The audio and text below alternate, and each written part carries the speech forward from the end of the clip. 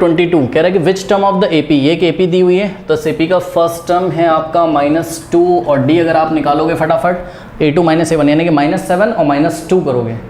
देखिए डी कैसे निकालोगे, A2 - A1 से तो हो जाएगा -7 माइनस प्लस ये हो जाएगा -5, तो कॉमन डिफरेंस कितना आ गया -5। तो कह रहा है कि which term of the AP will be -77, मतलब समझ रहे हो कि इस एपी में कौन सी पोजीशन पे -77 आता होगा। तो हम अपनी कॉपी में लिखेंगे let the nth term of this AP be -77। इसका मतलब ये सब लैंग्वेज लिख लीजिएगा अपनी कॉपी में, let the nth term of this AP be -77, मतलब इस एपी का nth टर्म कितना है -77। अब nth टर्म का फॉर्मूला लगाते हैं, a + n-1 into d is equals to -77। Okay, a कितना है -2 और plus n-1 into D, n कितना है, n हमको फाइंड करना है तो n-1 और d कितना है आपका -5 है इज इक्वल्स टू -77। अब देखो -2 को राइट में भेज दो तो हो जाएगा n-1 into -5 is equals to -77 और +2।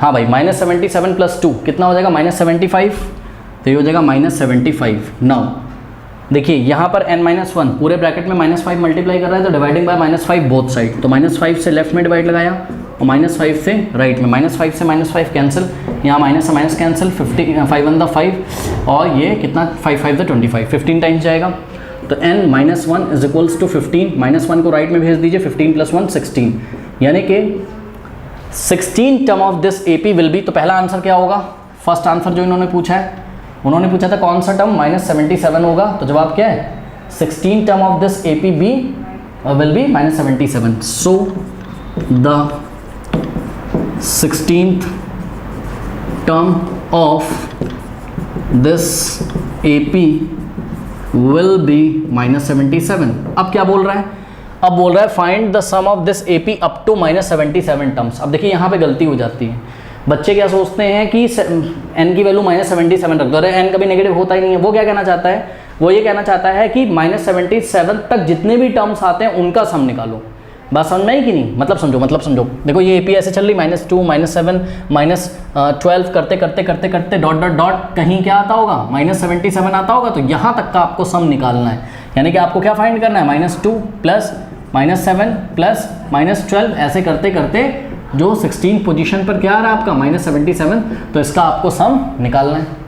ओके, अब एक बात बताइए, ये जो सीरीज दिख रही है जिसका सम आपको निकालना है, एपी में एपी है ना ये, और एपी है और इसमें n की वैल्यू कितनी रखनी है बताइए, n कितना रखोगे, n 16। क्यों, क्योंकि -77 कौन सी पोजीशन पे आता है, 16 पोजीशन पे, यानी कि टोटल हमें इस एपी के 16 टर्म्स का सम निकालना है। ओके, तो बस a कितना है यहाँ -2 और d कितना है अभी निकाला था -5, तो फॉर्मूला लगा देते हैं 16 टर्म्स का सम कितना हो जाएगा 16/2 in the bracket a + l लगा सकते हैं हम। क्यों लगा सकते हैं a + l, फर्स्ट टर्म भी पता है और लास्ट टर्म खुद ही क्या है -77 है, क्योंकि केवल -77 तक हमको सम निकालना था। ओके, तो a और प्लस l,